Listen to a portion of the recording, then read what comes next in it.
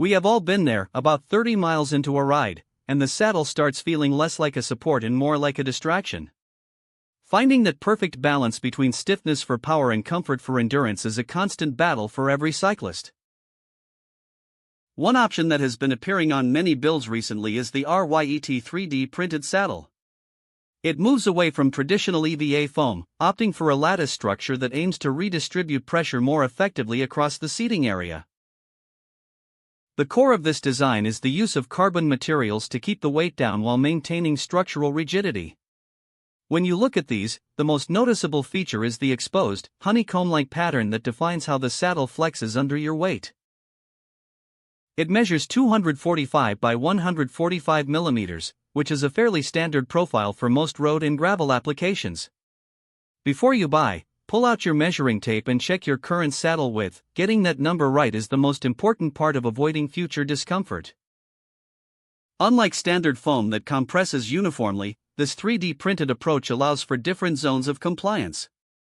It can be firmer where you need support for pedaling efficiency and softer where you need to relieve pressure on sensitive areas.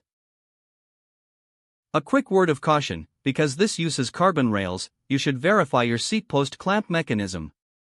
Some older or budget-friendly posts are designed for round metal rails and might not provide the right grip for carbon, so confirm compatibility first.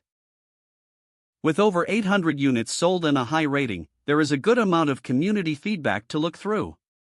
It is currently priced at $42.42, which is a significant discount from its original $92.21 price point, making it a competitive option for those looking to upgrade. When you receive a saddle like this, inspect the lattice for any inconsistencies in the print. Also, check the finish on the rails to ensure there are no sharp edges that could damage your seat post clamp during installation. Whether this is the right choice depends on your specific sitbone width and riding style. It is not just about the look, it is about how the material responds to your specific power output in terrain over several hours in the saddle. If you are curious about how this might fit your setup, take a moment to check the technical details and compare the dimensions against your current bike seat. Confirming the latest pricing is always a good final step before you decide.